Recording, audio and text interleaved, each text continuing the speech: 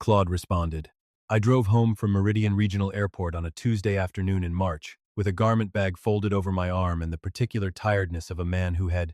I drove home from Meridian Regional Airport on a Tuesday afternoon in March, with a garment bag folded over my arm and the particular tiredness of a man who had spent 5 days in Charlotte negotiating steel contracts with people who measured trust in tonnage rather than words.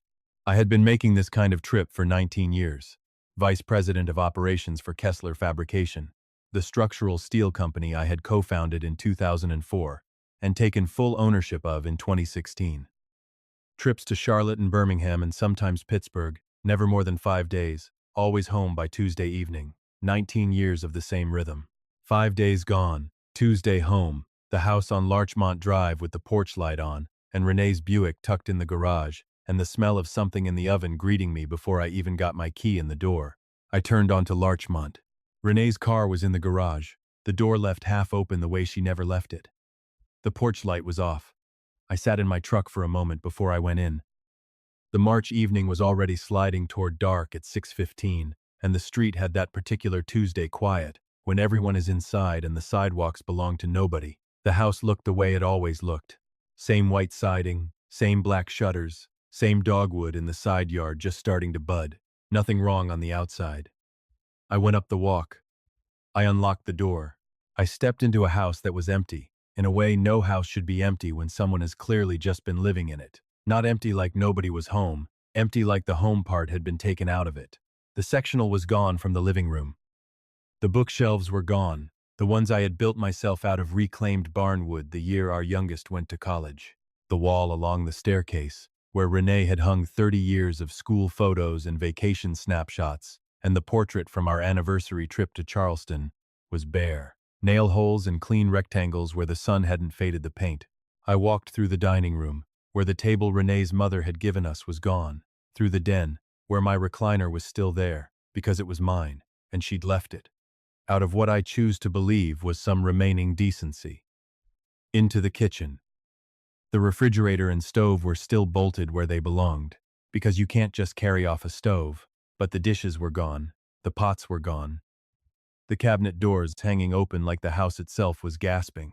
On the counter, there was one envelope, cream-colored, my name written across the front, in Renee's careful, looping handwriting. Walter. I stood there and looked at it for longer than I probably needed to. I am not, by nature, a man who reacts quickly to anything. 19 years of running a fabrication shop teaches you that the worst thing you can do when something goes wrong on the floor is panic before you understand what actually happened. You read the data.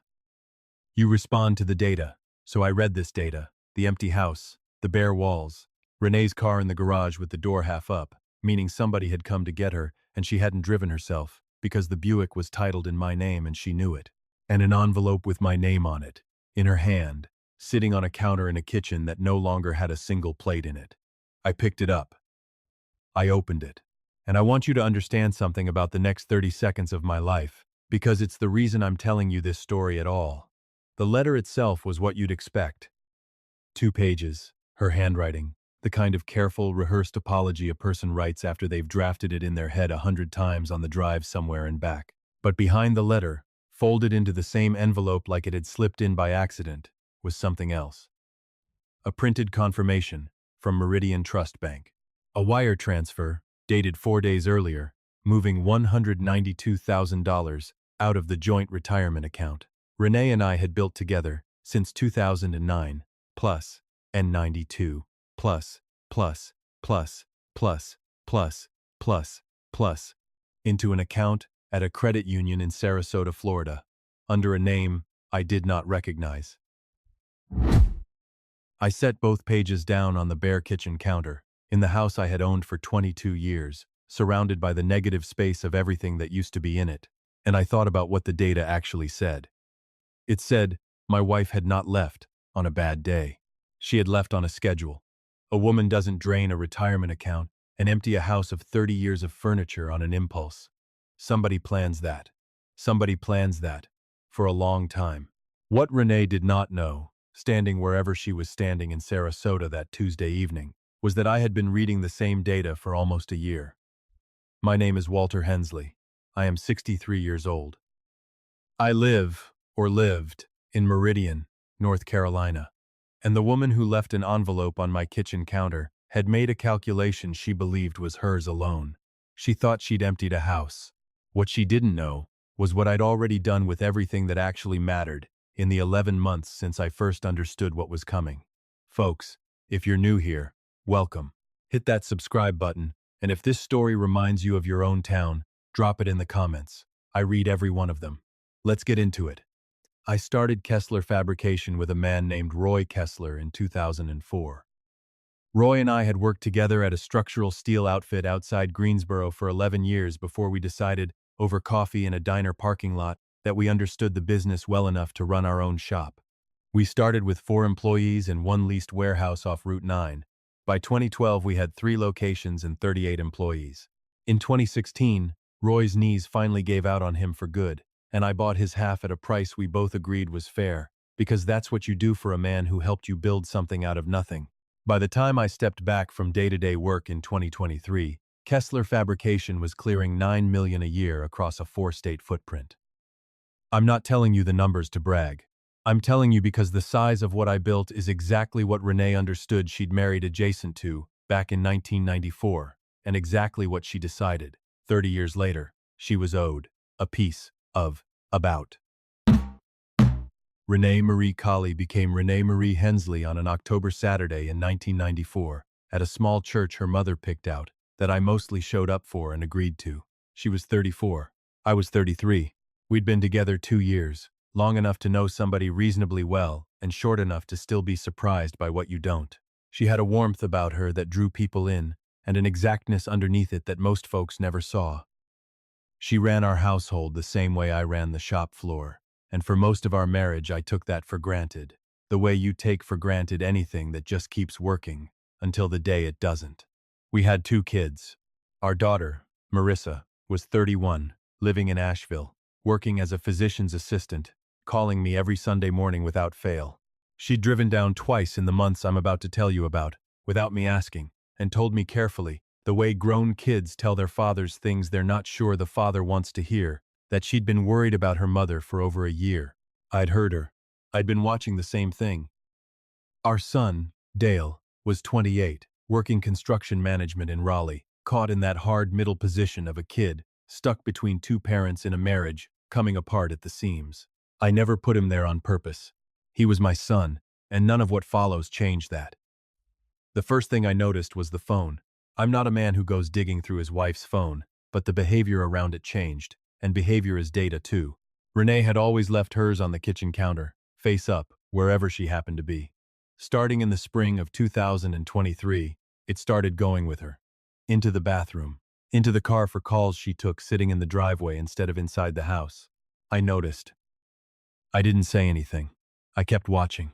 The second thing was the trips.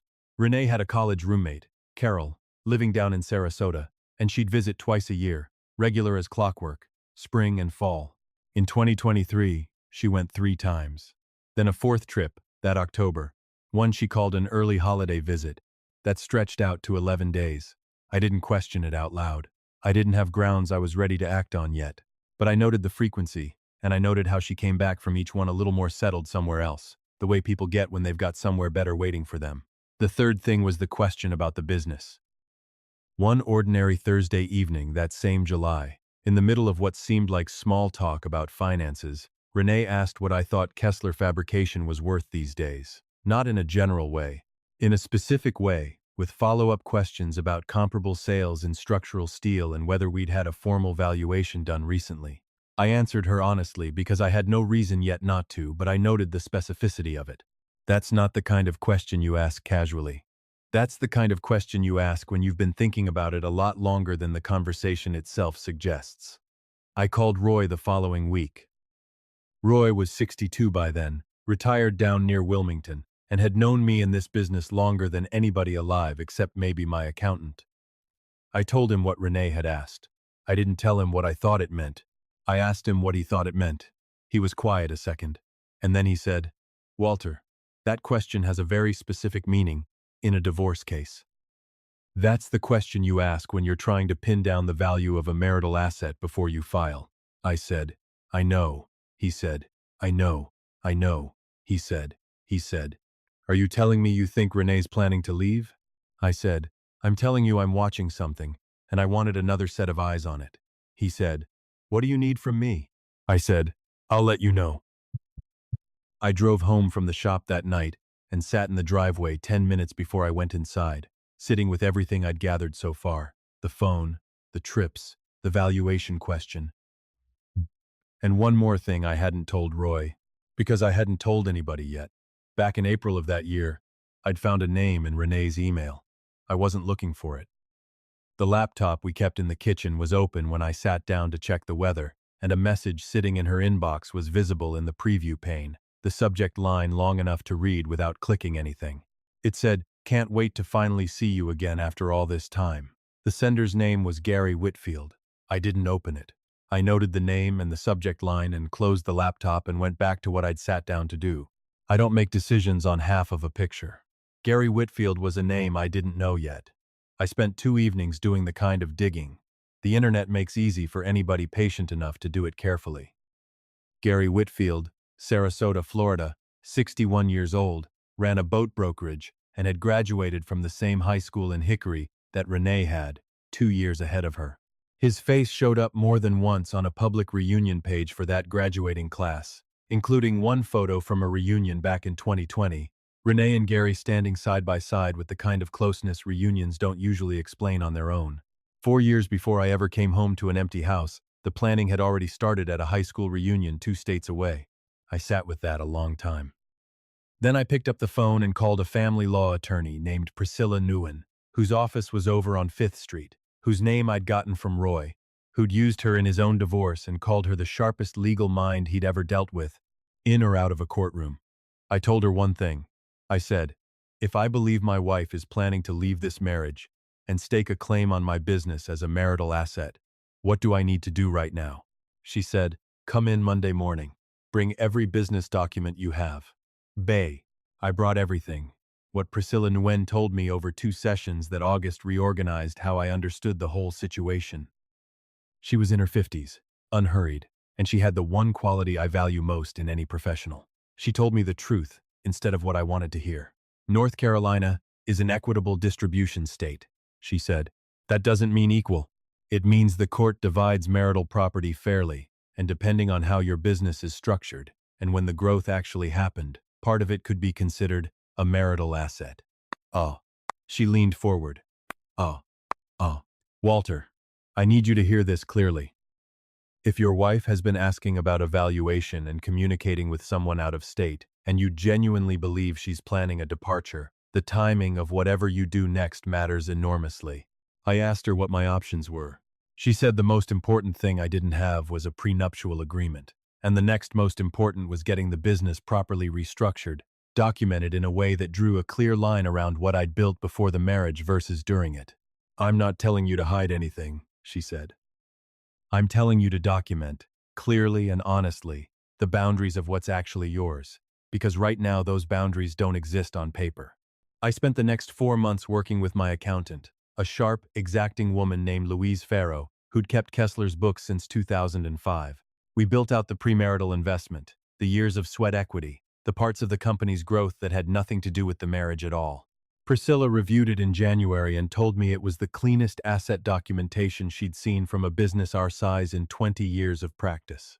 Then she asked if I'd thought about protecting anything beyond the business. I told her to say what she meant. She meant the house. She meant, specifically, the retirement account, the one sitting at just under $200,000. How's it titled? She asked. Joint. Both our names, I said. Either one of you can move money out of that account without the other's permission, she said. I'm not telling you to touch it without good cause. I'm telling you to understand that joint means bilateral, and in situations like this, sometimes one person moves first. I didn't touch the joint account. I didn't want to do anything that could later look improper. But I did open an individual account at a different bank, and over the following months, I redirected my own salary into it, instead of into our joint funds, which was legal, documented, and exactly the kind of thing a man does to protect what he's individually earned. By that October, my separate account held $68,000. I'd moved there over 9 months. The joint retirement account held 192,000, which Renee had apparently been watching just as closely as I had, and which she moved. I'd discover on a Tuesday evening in March, 4 days before I got home from Charlotte. She moved it to Sarasota, to Gary Whitfield's credit union, to a life she'd been quietly building for 4 years, while I made trips to Charlotte and Birmingham and came home every Tuesday to a house that looked, from the outside, exactly like a marriage. I read her letter a second time after I read the wire confirmation. 2 pages on the stationery she'd used for personal letters for 20 years. She was a good writer, I'll say that, and fairness requires I say it even now. She wrote that she'd been unhappy a long time, that she'd tried to fix it in ways that hadn't worked, that she'd found someone who understood her differently than I ever had. She wasn't asking for forgiveness, she said, because she knew she wasn't owed any. The lawyers would sort out the money. She hoped we could keep it civil. She was sorry. She said she was sorry twice. She hoped I'd be all right. I set the letter down and looked at that confirmation again. $192,000. 4 days gone. Wired out, while I was in Charlotte, talking tonnage. I picked up my phone and called Priscilla. It was 5:45, on a Tuesday. She picked up on the third ring, the way people do when they've been your lawyer long enough to know a call like this was coming eventually. "Walter? Cry," she said. "She left today," I said. "House is empty." She moved $192,000 out of the retirement account 4 days ago. A pause. Then, "Are you at the house right now?" Yes. "Don't move anything. Don't throw anything out. I need pictures of every empty room, and that wire confirmation, from your phone, in the next 20 minutes. Can you do that?" Do. Already doing it," I said. "Good. I'm filing an emergency motion tonight to freeze that Sarasota account. We may not get all of it back, but the motion sets the record. Walter, listen to me. 11 months. We've been building toward exactly this moment. The valuation's documented. The premarital equity is documented. Your redirected earnings have a full paper trail. We are ready for this." "I know," I said. "How are you doing?" "I'm clear," I said. "Clear is what's useful right now." "That's enough for tonight," she said. "I'll have the motion filed by 9. Call me in the morning." I spent the next hour photographing every stripped bare room, the nail holes on the staircase wall, the open kitchen cabinets, the bedroom where the furniture was gone but my closet was untouched, because she'd taken hers and left mine, which told me something about how deliberate the whole thing had been. She hadn't emptied that house in one night. She'd been carrying it out piece by piece for weeks, the way a tank drains through a small valve instead of a burst pipe, slow enough that you don't notice until the level drops past some point you can't unsee. I called Marissa from the empty living room. She picked up on the second ring. I told her what I'd walked into. She was quiet a moment and then asked, very steady, "Dad, how long have you known?" "About 11 months, I said. "I've been working with a lawyer since last August." "Did you know about Gary?" "Since April." Another silence. Then, "You didn't say anything." "There was nothing to say until I had something to say," I told her. I needed to be ready before things got bad, not after. "Are you okay?" "I'm functional," I said. "I'm coming down there," she said. "Marissa, it's 2.5 hours. From Asheville. I'll be there by 10. Is there any food in the house?" I looked at the gutted kitchen, the missing dishes. "There is not," I said. "I'll bring some," she said. "Don't. Go to bed. Till I get there." "Wasn't planning on sleeping tonight anyway," I said. She drove down through the dark and got there a little after 10 with a bag of groceries from a gas station near the county line and a casserole a neighbor of hers had made, the kind of detail that's both practical and, looking back, more moving than I let myself feel at the time. She walked the empty house with me room by room, not saying much, just being there, the way her mother used to be there before her mother stopped being that for anybody but herself. Standing in the bare living room, Marissa said, "It's just stuff, Dad." "I know," I said. "You built all of this once. You can build it again." "I know that too.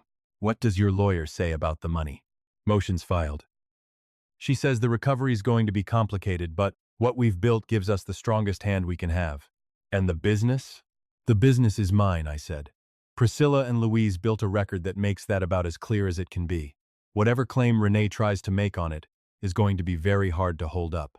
But, minus, Marissa looked at me the way a daughter looks at her father when she's checking whether what he's saying matches what he's actually feeling. She has her mother's eyes, and unfortunately for her mother's exactness. "Dad," she said, "I know you're in fix-it mode right now. I also know you were married to this woman for 30 years and you just walked into an empty house. You're allowed to not be fine." "I know I'm allowed," I said. "I'm choosing clear right now because clear is useful. Whatever else I'm going to feel will still be there when the useful part's done." She nodded. "That's very you," she said. "Is that a criticism?" "No, an observation. Grandma always said you were the most prepared man she'd ever met." The divorce took a little over 7 months. Priscilla Nguyen was exactly what Roy had described. Everything we'd built over those 11 months, the valuation, the equity analysis, the fully documented redirection of my earnings. 10. The paper trail on that joint account and the Sarasota destination and the 4-year timeline behind it, all of it became the spine of the case. Renee had hired an attorney out of Florida, a capable man named Chester Reyes, who walked into a situation our preparation had already narrowed considerably.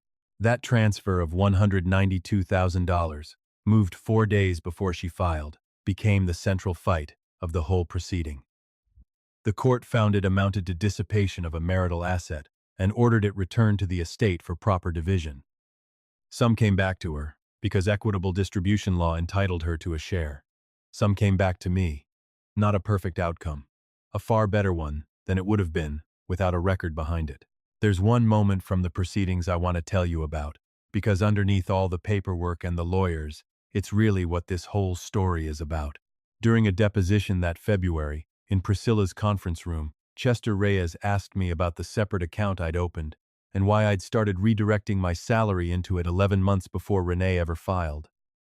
I told him I had reason to believe, based on what I'd observed, that a divorce was coming, and I'd taken legal steps to protect what I earned from that point forward. He asked when exactly that belief started. I said the spring before. He asked what specifically had led me there. I told him the change in her phone habits, the increase in trips to Florida, the questions about the business valuation, and a name I'd seen in an email that April, Gary Whitfield. The room went quiet. Renee was sitting across that table from me for the first time since I'd come home to that empty house. I hadn't looked at her directly the whole session. I looked at her then. She was staring at the table. Chester Reyes said he had no further questions on that topic. I looked at Priscilla. She didn't need to say anything. What had just happened in that room was everything those 11 months had been building toward, not the paperwork. The exact moment a woman who believed she'd been the one running the plan understood the planning had gone both directions, and mine had started right alongside hers. The house on Larchmont sold that summer. We split what was left of the equity. I bought a smaller place out near Cane Creek, an old farmhouse with good bones and a barn out back. I've been slowly turning into a workshop, because working with my hands has always been the thing that clears my head, and my head has needed clearing. Marissa drives down once a month. Dale comes for Sunday dinner when the job lets him. Roy came by one Saturday in the fall and helped me frame out shelving in that barn. The kind of thing a man you've worked beside for 20 years just shows up and does, without you having to ask, because he's known you long enough to know exactly when you need it. I've thought a lot about what Marissa said that first night, standing in the empty living room with a gas station casserole in her hands. It's just stuff. She was right. The furniture Renee took, the photographs off that staircase wall, the dishes and the pots, every bit of it was replaceable. What mattered? The business I built, the record that protected it, the equity in the ground under my feet, the relationships with my kids, all of that stayed intact. Not by luck, because I'd spent 11 months making sure it would. My own father used to tell me the difference between a man who gets knocked down and stays down, and a man who gets knocked down and gets back up, isn't strength. It's whether he saw the hit coming. A man who sees it coming has already decided what he's doing next before he ever hits the ground. I saw it coming. I decided what I was doing next. And on a Tuesday evening in March, standing in a stripped-out kitchen reading a wire transfer confirmation that was supposed to tell me everything was over, what I actually found was proof that the work I'd already done was enough. That's the only kind of document that matters, in the end. Not the one that tells you what somebody else did to you. The one that tells you what you built before they ever had the chance to take it. The barn's coming along good. The land around it's better than it was when I bought the place. The shelves Roy and I put up are already full of tools that came with me from Larchmont, tools that were always mine, that nobody ever touched, because they were sitting out in the garage the whole time, and the garage never got emptied that Tuesday in March. I go out there most Sunday mornings now, coffee in hand, standing in the smell of sawdust, thinking about whatever the next thing's going to be. There's always a next thing, if you're the kind of man who plans for one. If this story landed with you the way it landed with me telling it, drop a comment and let me know which part hit hardest. Hit that like button on your way out, subscribe if you haven't already, and I'll see you in the next one. Claude responded, being prepared isn't about expecting the worst from the people you love. It's about making sure that whatever happens, you're never left standing with nothing. Being prepared isn't about expecting the worst from the people you love. It's about making sure that whatever happens, you're never left standing with nothing but grief and no ground under your feet. Walter didn't lose his family, his purpose, or his ability to build. Sometimes the strongest form of love, even at the end of something, is loving yourself enough to still be standing when it's over. A small note for you. This story was written and fictionalized by AI for entertainment purposes, while hoping to bring you a positive life lesson.